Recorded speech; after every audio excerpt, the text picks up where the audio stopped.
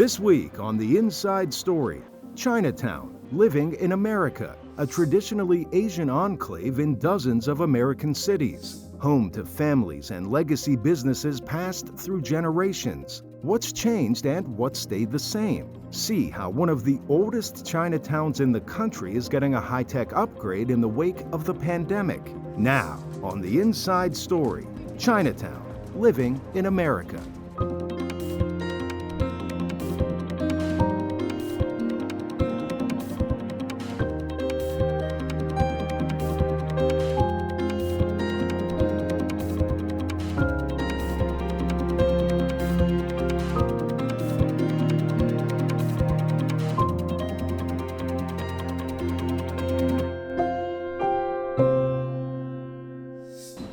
Hello and welcome to The Inside Story. I'm Tina Trin in New York.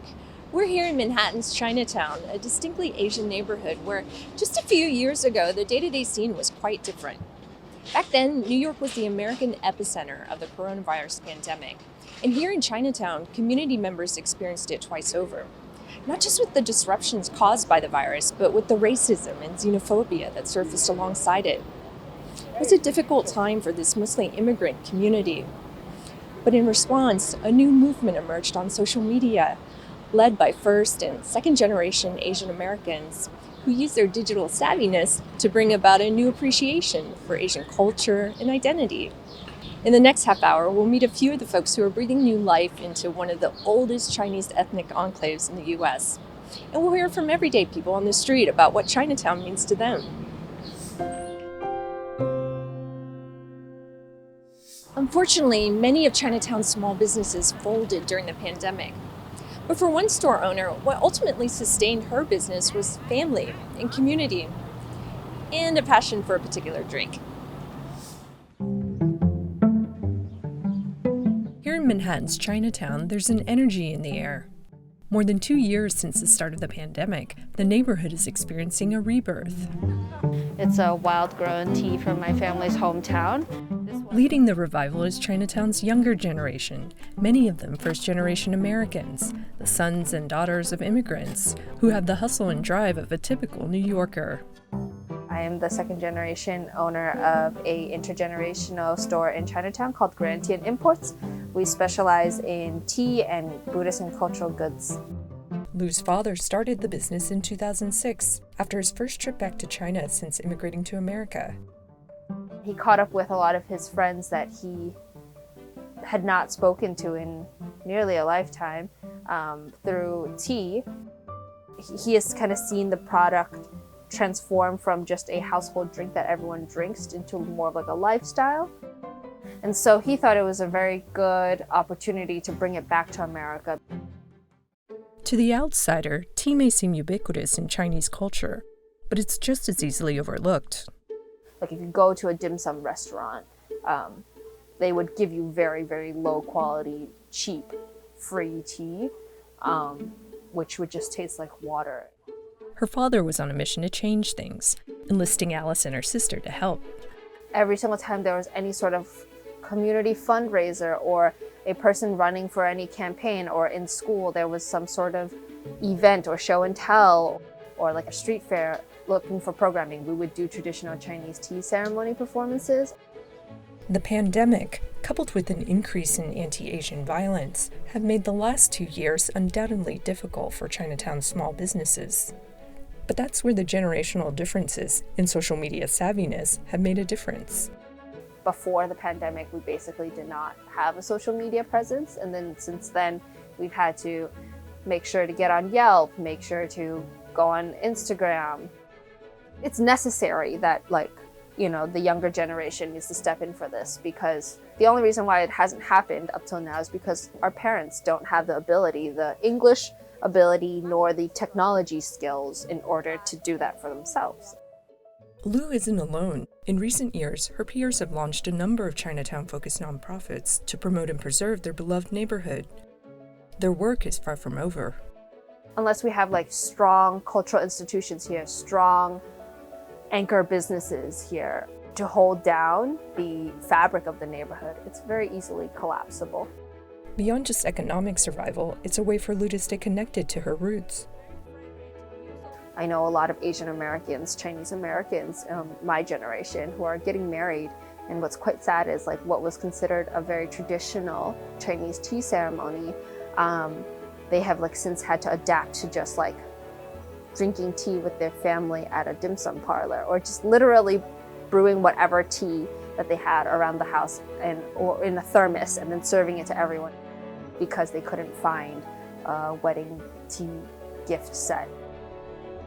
Small businesses in a community of color, what they provide to the neighborhood is more than just the product or service that they provide, but also like that cultural knowledge and that ability to continue that cultural practice. For Lou, it's about finding new ways to keep old traditions alive. It was a ghost town for the first year and a half or so.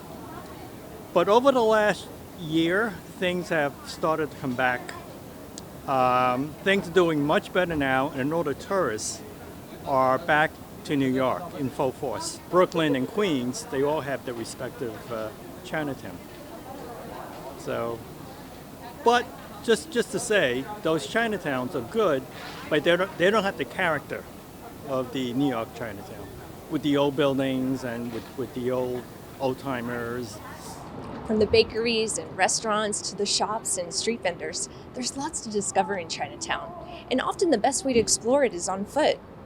What happens when a once-in-a-lifetime pandemic keeps foot traffic at bay and threatens the livelihood of an entire community? For the two young women in our next story, venturing out takes on a whole new meaning. If you ever find yourself lost in New York City's Manhattan Chinatown, look for these two. Anna Huang and Chloe Chan are the Mod Street Girls. They give walking tours of the historic neighborhood, highlighting the small businesses that make it so unique. They used to be volunteer tour guides at a local Chinese American history museum, but when the pandemic shut down its operations, they decided to hit the streets.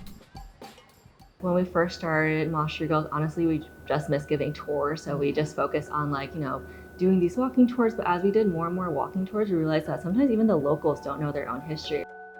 There were anti-Asian hate crimes back in the 1980s or the 1800s, right? And it's happening again. We noticed that a lot of Chinatown walking tour guides were not necessarily from the community, and so we felt that us being second generation Chinese Americans, we wanted to tell our own story from our own perspective. We have a voice, right? We're storytellers. We want to amplify the community. It's been a hit on Instagram. In just 2 years, their stories and photos of local Chinatown businesses have garnered 15,000 followers. We're trying to uplift these older small businesses that might not be as tech savvy, that might not know social media. Us being millennials, we know how to use Instagram, we know how to use Twitter, so we can help raise awareness about their story, right? And use our platform to advocate for them. But in a neighborhood that's become increasingly gentrified, striking a balance between old and new can be tricky. Chan says the two can coexist. There are a lot of new businesses that are coming to the community that might not necessarily serve the elderly working class community. But I think it's also important to remember that Chinatown is a tourist destination, right? That is how it can survive, is through the foot traffic, through tourists spending money. And while some of Chinatown's oldest businesses have survived generations, Huang says family ownership wasn't always the objective. They started the shop so then they can have a safety net for their family, right? But as their children grows up, right, they want them to chase the quote-unquote American dream. Creating Mod Street Girls has given both a chance to reflect on their own lived experiences. I struggle with both identities, being Chinese and being American. And my mother decided to put me in Chinese dance because she was like, well, you have to be cultured in some way in Chinese culture. I think starting Mod Street Girls, I realized it's so important to identify with my Chinese culture, but also I am American. That hyphen, it's important. I am Chinese American and there's no denying that. It's a duality that makes the stories and representation of this community all the richer.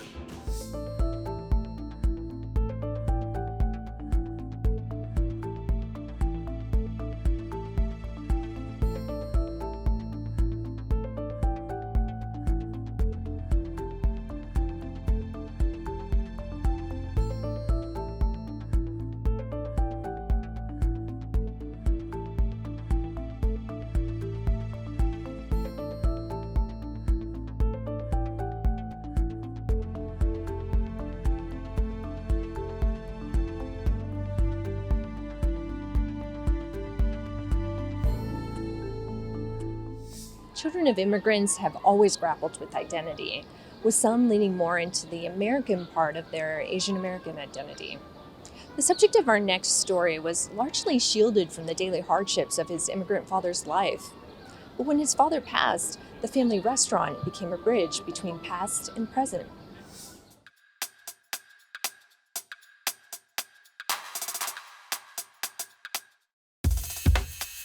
It's the dinner rush at Wo Hop restaurant in New York City, and the cooks are busy prepping customer favorites like General Tso's chicken and beef lo mein. In this tiny basement eatery, the experience is definitely no frills. Photos and dollar bills covering nearly every inch of wall space serve as evidence of just how much New Yorkers love Wo Hop, said to be Chinatown's second oldest restaurant. David Leung is the majority owner of Wo Hop. His grandfather and father worked here for decades after immigrating to America, but Leung says he was never involved. I always knew that my father went to work late at night, and I rarely saw him. He didn't bring his work home with him. I really didn't know what he did. We rarely even went to the restaurant. About 10 years ago, Leung learned just how big of a role his father played at Wo Hop. I always thought he maybe was just a manager. I didn't know that we actually owned the restaurant. For many children of immigrants, there's an unspoken understanding that parents toil and sacrifice to provide their children with a life that's better than theirs. He wanted his kids to just go to school, study, get good grades. That's it, and not be burdened by anything else. But achieving the so-called American dream can sometimes distance first-generation Americans like Leung from their cultural identity, making it that much harder to pass down values and traditions to their kids. It's hard because everyone around them is also benefiting from the American lifestyle. My parents used to tell me, oh, we can't afford this or we can't afford that. And I can't really say that to my kids now without lying. Wo Hop has given Leung and his children a way to reconnect with their roots. His daughter Chelsea runs the restaurant's Instagram account and designs its t-shirts, and Leung's son Mitchell helps run the restaurant's Facebook account. We get so many reviews on TripAdvisor, Yelp, and Google, and so many of them would say, I've been coming to you for 20 years, 30 years. My father first brought me here. My grandfather, first brought me here. For Leung, running Wo Hop is not only a family tradition, but also a homecoming. We have been here for so long. 10-ish, maybe more than 15 years here minimum with my store. I only wish it could do better. I also hope some of the local community associations or some powerful people can help organize for Chinatown and do it better. This is my hope. Longtime businesses like Wo Hop are the heart of Chinatown, but many are still struggling to survive. Jacqueline Wang is Chief Operating Officer of Welcome to Chinatown. It's a nonprofit that grew out of the pandemic to support Chinatown small businesses. Here's what she had to say about the last 3 years and the way forward. Why the need for this kind of organization?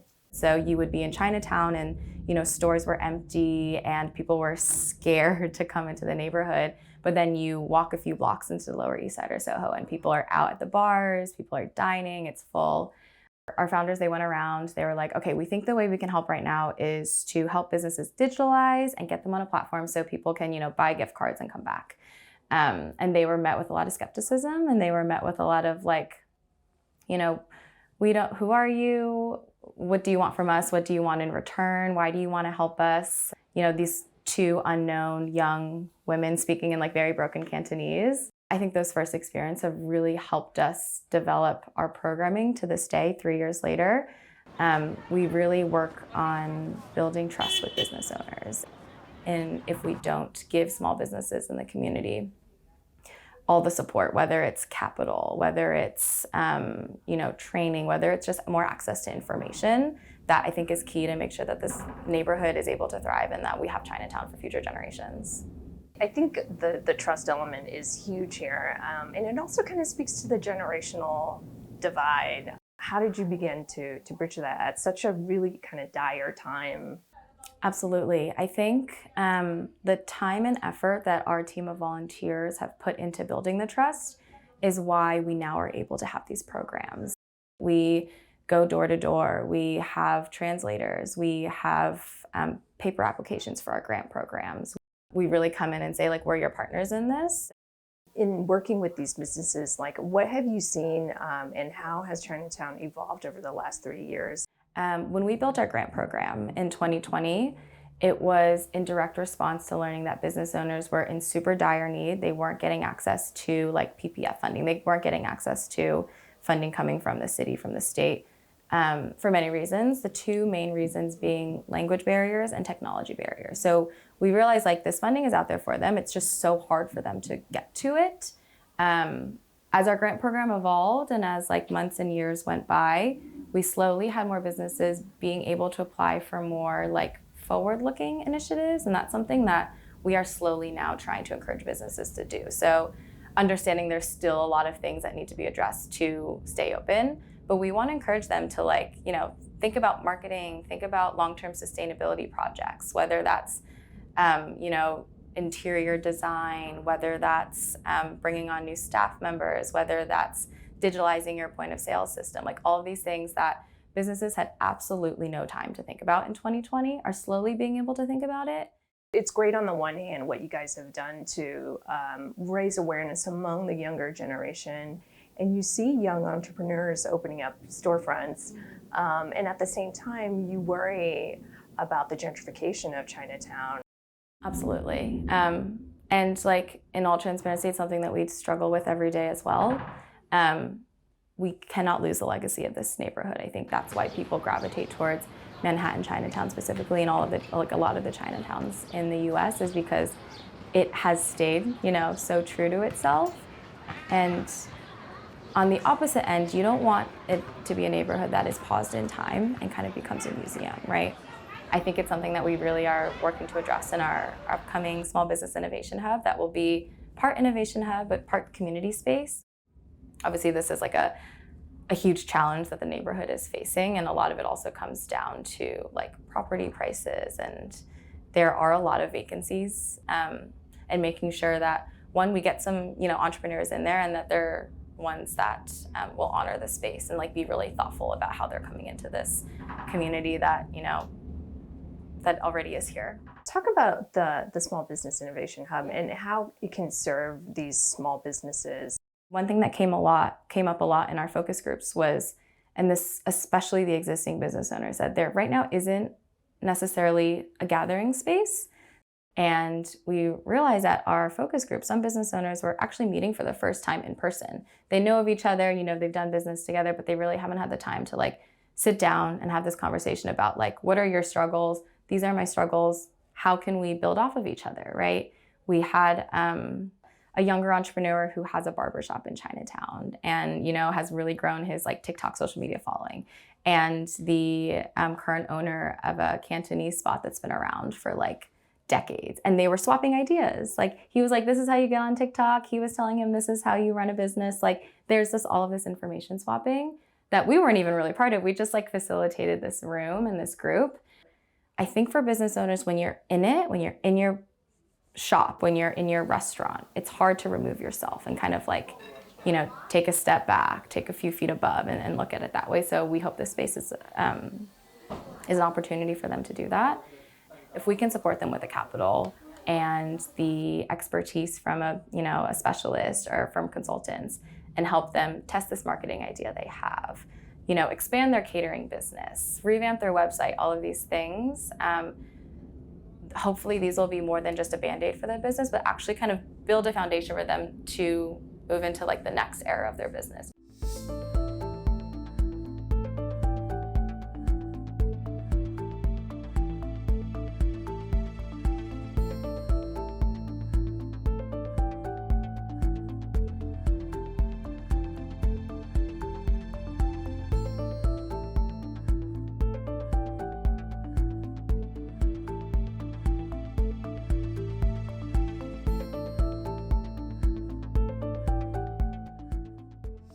The stories and rich history of Manhattan's Chinatown play a big part in its survival, but so did the new businesses who are writing its next chapter. We're here on Doyer Street. It's only a block long, but it has this distinct bend in the middle. Back in the early 20th century, this was known as the Bloody Angle, and it's where a lot of Chinatown gang fights and killings actually took place. Fast forward to today, where a colorful street mural greets visitors and a whole new generation of business owners are setting up shop here. We're going to meet with two of them, the co-founders of Art Bean Coffee Roasters. Spencer Okada and Con Tran are the co-founders of Chinatown's Art Bean Coffee Roasters. Like many independent coffee shops in America, there's art on the walls, specialty drinks made to order, and freshly roasted beans to take home. We have the concept where we mend art and coffee together, where we like to collaborate with artists and essentially share creativity. Location and timing are crucial in any new business. And Art Bean opened during the pandemic in a Chinatown neighborhood still recovering from economic losses and lingering anti-Asian sentiment. I remember these past 2 years, even especially in 2020 when everything was so uncertain, was so scary, we don't know what's happening, and then like us by being Asian was being targeted. It was quite a scary time for everyone. The timing ultimately provided a sense of purpose for the business, which collaborates with up-and-coming Asian American artists and gives back to charities that support the community. We wanted to be a part of something bigger than the drink, and so being in this space, it was kind of the key where we're able to do all of that and not just sit amongst another Starbucks or something. Art Bean is located on Doyer Street, one of the oldest streets in Manhattan's Chinatown. The block of barbershops, salons, and restaurants has evolved over the years, and businesses like Art Bean represent a new vanguard of young Asian American entrepreneurs who, with their shared histories, are bringing a new socially conscious, community-minded energy to the neighborhood. We learned that there's actually a young generation of Asian Americans that live in Chinatown, and they are trying to connect with the older generation to think Chinatown. They're throwing a block party, they're doing like a night market, and welcome to Chinatown. They're doing like a lot just to help out with like existing business that was suffering through the pandemic. For Art Bean, it's about putting Asian twists on traditional favorites, like the ube latte, which gets its purple hue from a yam native to the Philippines. Some people don't consider themselves being creative, but sometimes I feel like if you just try something new, do something differently, can you find some creativity in your everyday life? And that is like a good space to be in, I think. For Art Bean Coffee, it's about finding inspiration in the everyday. I feel the future is very hopeful and very happy as well, because we can see many customers coming out to consume and spend money, coming out to see their friends. Also, the tourists are coming back. We are very, very optimistic. Also, we hope Chinatown, we see many new restaurants are preparing and launching. I feel a sense of thriving. That's all for now. Stay up to date with all the news at voanews.com and follow us on Instagram and Facebook at VOA News. You can find me on Twitter at Tina Trin NYC and catch up on past episodes at our free streaming service, VOA Plus. For all of those behind the scenes who brought you today's show, I'm Tina Trin. We'll see you next week on The Inside Story.